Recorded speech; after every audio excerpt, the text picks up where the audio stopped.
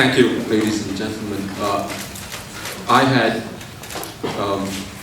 I always get this very nostalgic feeling whenever I come back to the US. I will keep my opening remarks very brief.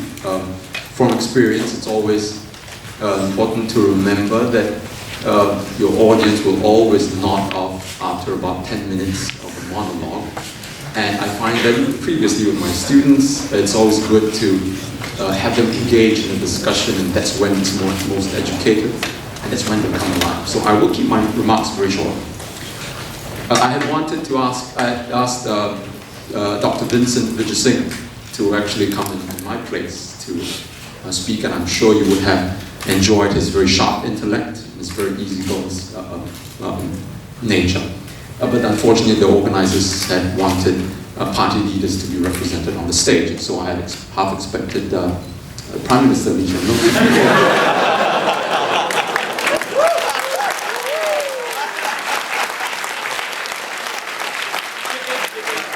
But I am sure Mr. Palmer is just as capable an advocate for his party. GE 2011. There are many issues at stake. The common ones you hear: cost of living, HDB prices, and so on. To me, this general elections, the most important issue that stands out above all else is the question of what it means to be Singaporean, what it means to be a citizen of this country. And whenever I ask myself that question, I think of the survey that was conducted, if I recall correctly, by the Singapore Polytechnic, where they surveyed younger Singaporeans, I think, between the ages of 15 to 29. And the results were more alarming than they were really disappointing. 50% indicated that if they had a chance, they would leave this country. More shockingly, a full 37% indicated that they felt no loyalty to this country of ours.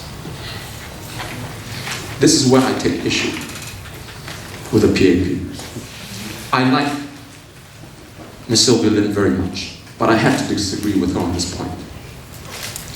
It is not if or when PAP starts to decline. They have already declined. I'm not being facetious about this. If you have a party that has been in power for the last half a century, uninterrupted rule, and you are not able to create a society whose citizens feel a sense of rootedness, a sense of belonging in this country, who cannot wait to get out. And when you have students standing up amongst you, asking the question, what am I defending? You have a problem, a very serious problem. It is not about your GDP anymore.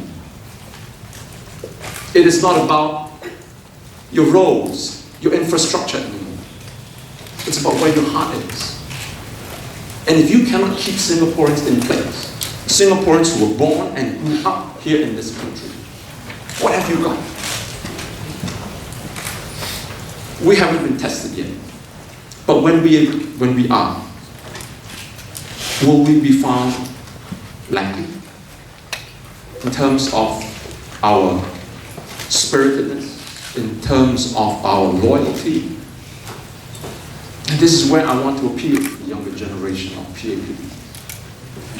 Gone are the days when Mr. Lee Kuan Yew continues to talk about demolishing your opponents. The one thing that we need right now is to let Singaporeans back into the political process, because that is what's going to keep them here in Singapore. Because if they feel that they have a voice, if they feel that they have a say in this country, and where this country is headed towards, believe they will stay. And this is where I just want to remind Singaporeans here. Elections come and elections go.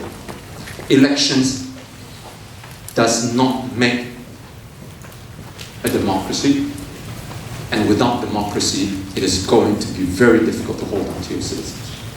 And so, more than just elections, let us have the system whereby we encourage our young people to speak up, to exercise the freedoms of speech and assembly, because that's enshrined in our Constitution.